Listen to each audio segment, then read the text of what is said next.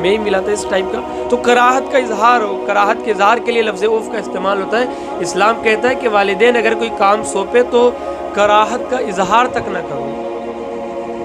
جھڑکنا دور کی بات ہے, ڈانٹنا دور کی, کراہت کا اظہار بھی نہ کرو. یہ اسلام ہے. فلا تقل لهما اف ولا تنهرهما. تو بات کس طرح کرنا ہے؟ وقل لهما قولا کریما. جب بھی بات کرے ان کی عزت افزائی کے ساتھ بات کرے, اچھے جملوں کا چناؤ کرے, ان کو خوش کر دو بات کر کے. تو میرے بھائیوں اور میری بہنوں, یہ اسلام ہے اور اسلام کا طور طریقہ ہے, ہمیں سیکھنا چاہیے. بہت جوشیلی تقریر ہم نے سن لی, بہت نعرے لگا لیے.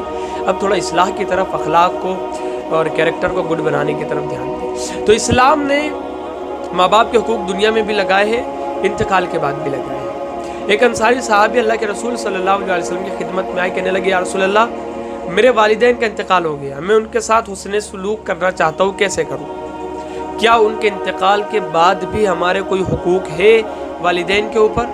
اللہ کے رسول صلی اللہ علیہ وسلم نے ارشاد فرمایا, پہلا حق تو یہ ہے کہ تو ان کی نماز جنازہ پڑھے. نماز جنازہ تو ان کی پڑھے.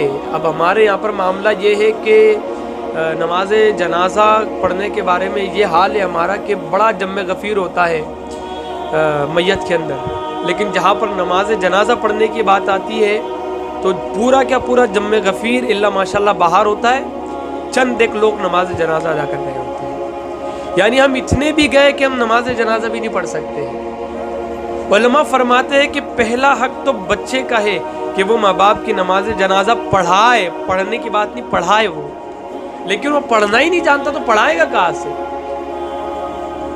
تو یہ اب جا کر کے پوچھو تو کوئی کہتا ہے غسل نہیں ہے, کوئی کہتا ہے پڑھتے ہی نہیں آتا ہے. اس ٹائپس کی ہمارے یہاں پر باتیں ہوتی ہیں نماز جنازہ کے بارے میں. کوئی اتنا مشکل کام ہے نہیں نماز جنازہ, 5-10 منٹ بھی نہیں لگیں گے سیکھنے کے لیے, لیکن جذبہ ہی نہیں سیکھنے کا. تو پہلا حق یہ ہے کہ وہ نماز جنازہ پڑھے. دوسرا حق یہ کہ سنت کے مطابق تجہیز و تفکین ان کی کرے, تجہیز و تکفیر ان کی کرے, ان کو دفنائے اچھی طریقے سے. آگے اللہ کے رسول فرماتے کہ ماں باپ کے لیے دعائیں مغفرت کرے. دیکھو میت کے لیے, بندہ مر گیا یا بندی مر گئی, اس کو سب سے زیادہ اگر کسی چیز کی ضرورت ہوتی ہے نا مرنے کے بعد, وہ ہوتی ہے مغفرت کی, کہ اس کی مغفرت ہو جائے. مردہ مغفرت کا متلاشی ہوتا ہے, تو جتنا ہو سکے اس کی مغفرت کی دعا کرے. اللہ کے رسول صلی اللہ علیہ وسلم نے ایک جگہ ارشاد فرمایا کہ والدین کے مرنے کے بعد, انتقال کے بعد, ان کے ساتھ حسن سلوک میں سے ایک یہ ہے کہ بچہ والدین کے لیے دعائیں مغفرت کرے, اور یہ ماں باپ کے لیے حسن سلوک ہے اس کی طرف سے.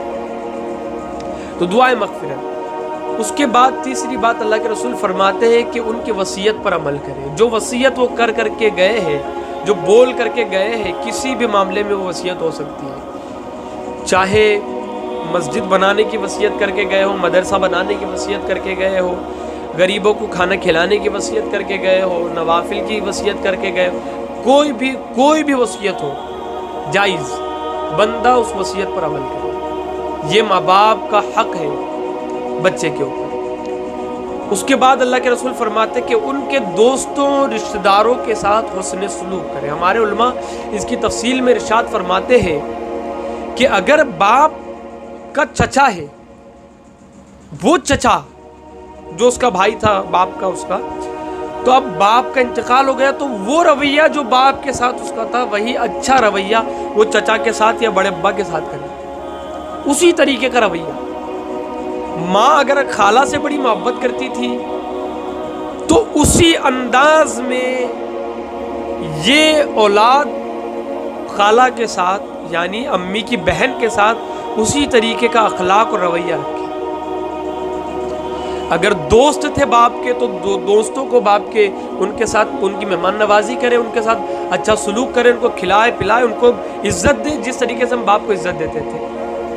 یہ سوسائٹی کو منظم اللہ کے رسول نے کیا ہے, سب کو ملا دیا اللہ کے رسول نے. لیکن ہم ہیں کہ بٹے گھومتے ہیں, جھگڑا کر کے گھومتے ہیں, دلوں میں کینہ کپٹ لے کر کے گھومتے ہیں.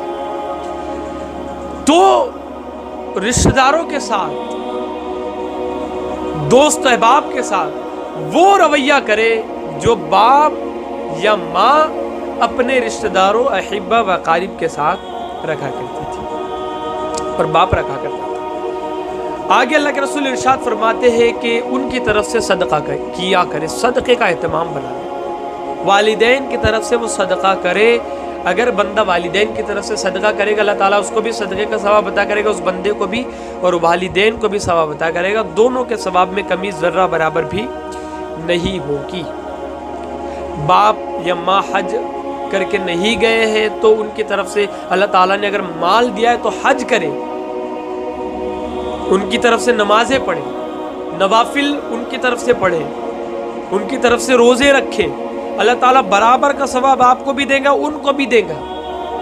اگر قضا ان کی باقی تھی تو وہ قضا کو ادا کرے، جتنی آپ کو معلوم ہے جتنا آپ ادا کر سکتے ہیں، اللہ تعالیٰ ان کو بھی ثواب دے گا، آپ کو بھی ثواب دے گا۔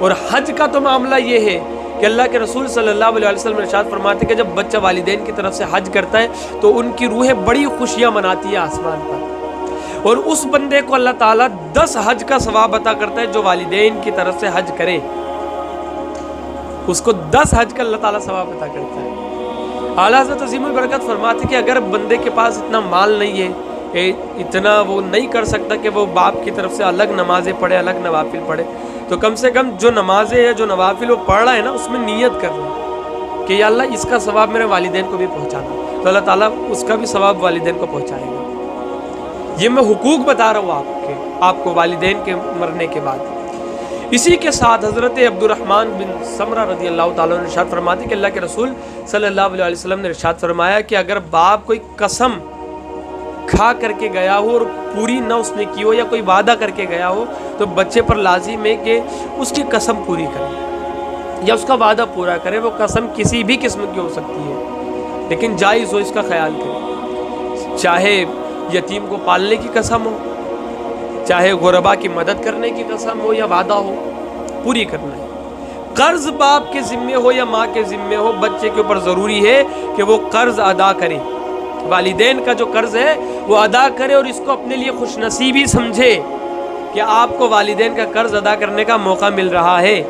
یہ نہیں کہ چڑ جائے آپ کہ یار انہوں نے بھی اتنا قرض لے کر کے گئے تھے، نہیں، اس لیے کہ ان کے احسان تمہارے اوپر بہت ہے، یہ کچھ بھی نہیں ہے، تم بھی تمہارے والدین کے ہو، اللہ کے رسول کا فرمان ہے تم بھی تمہارے والدین کے ہو، تمہارا مال بھی تمہارے والدین کا۔